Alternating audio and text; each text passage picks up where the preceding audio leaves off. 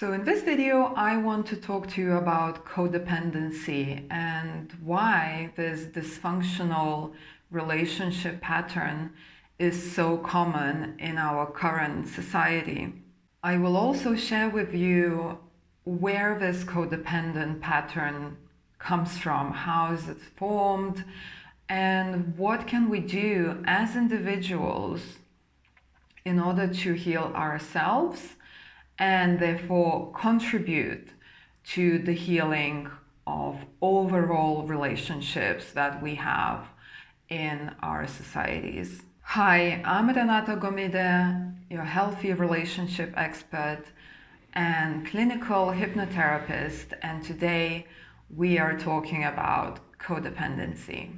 So codependent relationships and codependency issues are probably the most common issues that I help women to heal from in my practice. And it is so common because the simple answer is most of us got modeled that kind of relationship dynamic, and we grew up in dysfunctional families believing that these relationships are normal. So for example, if we've never witnessed what a healthy relationship is, what healthy boundaries are, and what is healthy communication, how can we possibly know how to have healthy relationships? Another thing that I noticed a lot in my clients when they actually have these repeating relationships where they get in a toxic relationship and they are kind of dating the same person in a different body, let's say. So it's that kind of repetition where they can't seem to get out from. It comes with a lot of shame, kind of internalized shame, where they say, I know better, but why can't I stop repeating the same pattern?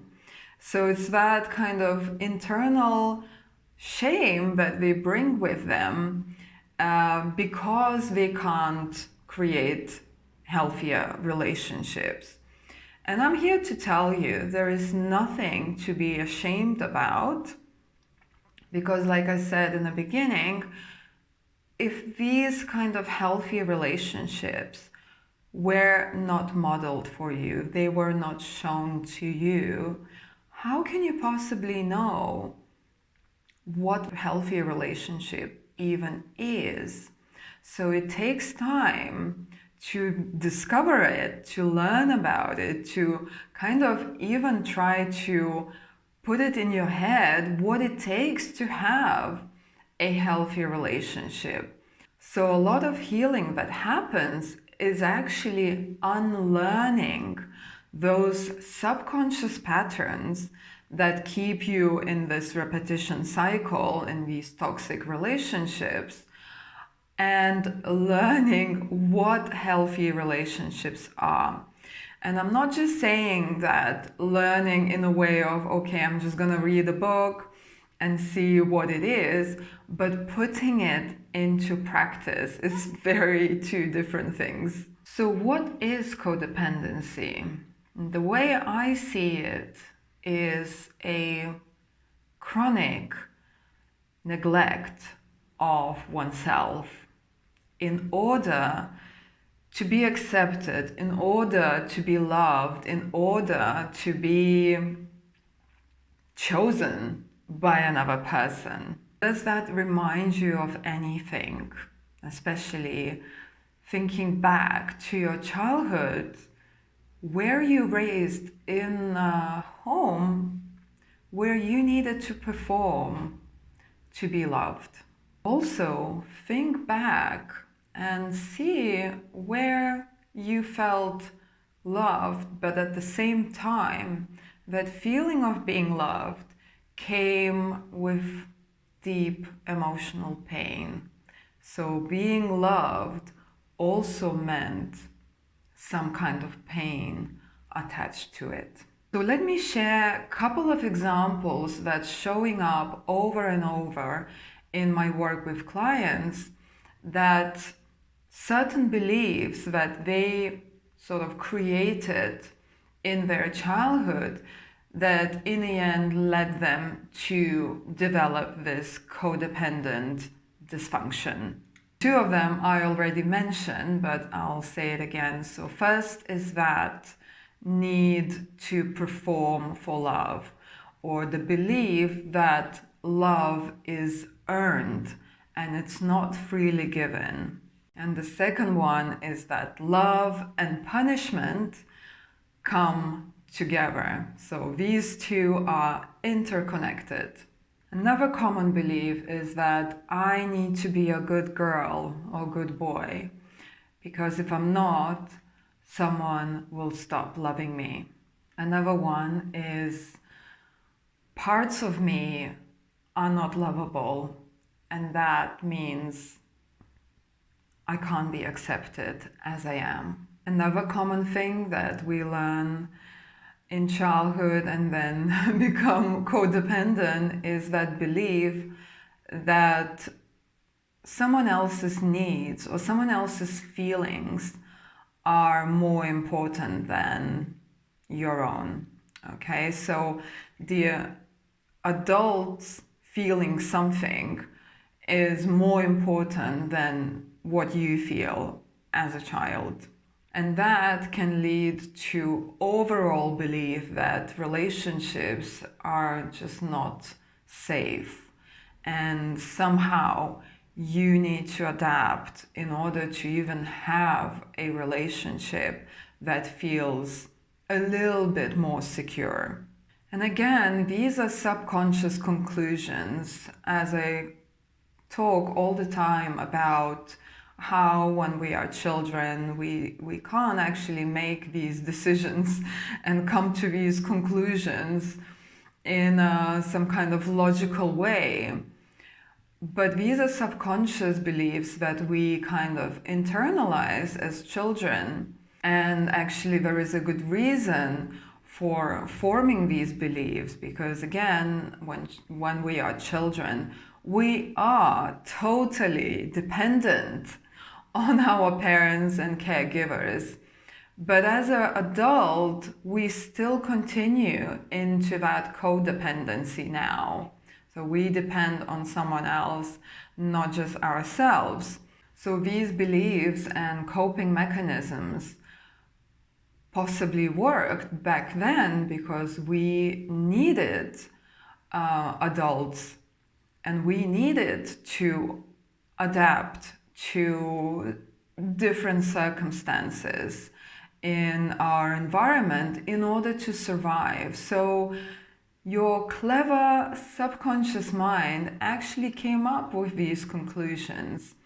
And at some point, these conclusions kept you safe. But it's very different now when you are an adult. Now it is a dysfunction. So again, when we are growing up in these environments where neglect, for example, is present and emotional disconnection is present, obviously what comes up a lot again in my work with clients is that need to be rescued, that need to be chosen once and for all, and that need and that kind of belief that somebody else can fulfill you, somebody else can fix you.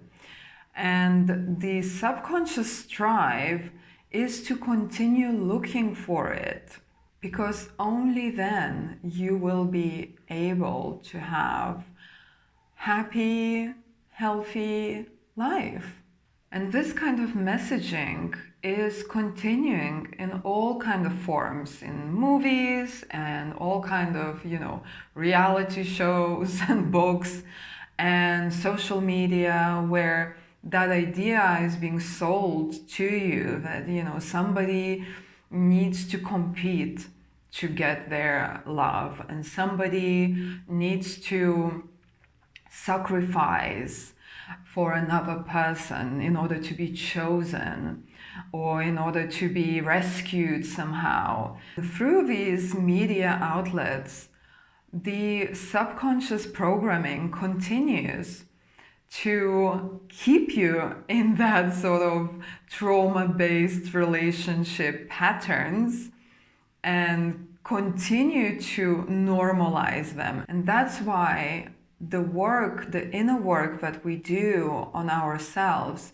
individually is so important, to disconnect from that trauma-based relationship pattern so we can create more healthy relationships.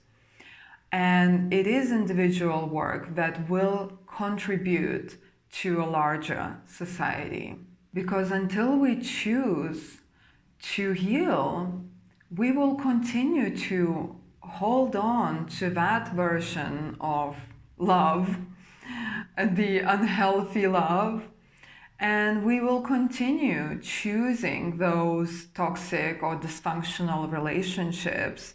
And like I said before, dating the same image or the same archetype of the person in different bodies. And when we finally do that, when we choose to start healing and going on a healing journey, and then, like I said, unlearning all that crap from the beginning, then we will be able to start co-creating healthier relationships, and, you know, finds fulfillment in relationships instead of just boiling in the same old, unhealthy, dysfunctional, toxic relationships and hoping to get some kind of different ending every time we are repeating the pattern.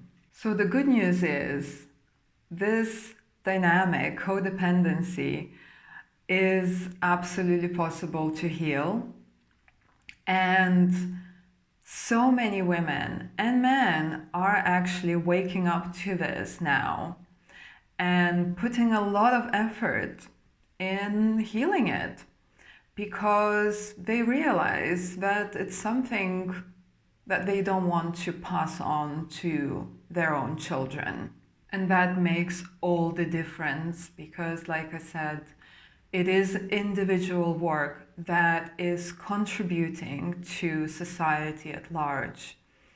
And leaving that kind of fairy tale, twisted fairy tale behind, and rediscovering how we can create healthier relationships with one another, and how we can finally merge that healthy femininity and healthy masculinity to create some beautiful bonds that are not based on some kind of sacrifice or control dynamics and manipulation and all that kind of thing that comes in codependency.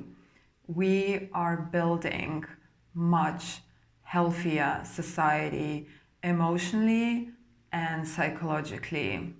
And this is wonderful news. So if you are finally ready to step into that healing journey yourself and join others in this massive healing movement that is happening all over the globe, so you can put your own contribution to it through the individual work, but you just don't know where to begin, what it takes, and, you know, where to start. And also, perhaps you don't want to spend another 10 years learning about it and healing, and you actually want to do it a little bit faster than that.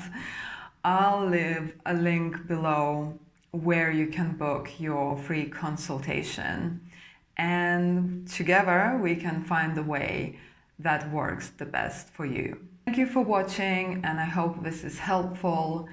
And if it is, you know what to do. And for now, all the best, and I'll see you soon. Bye.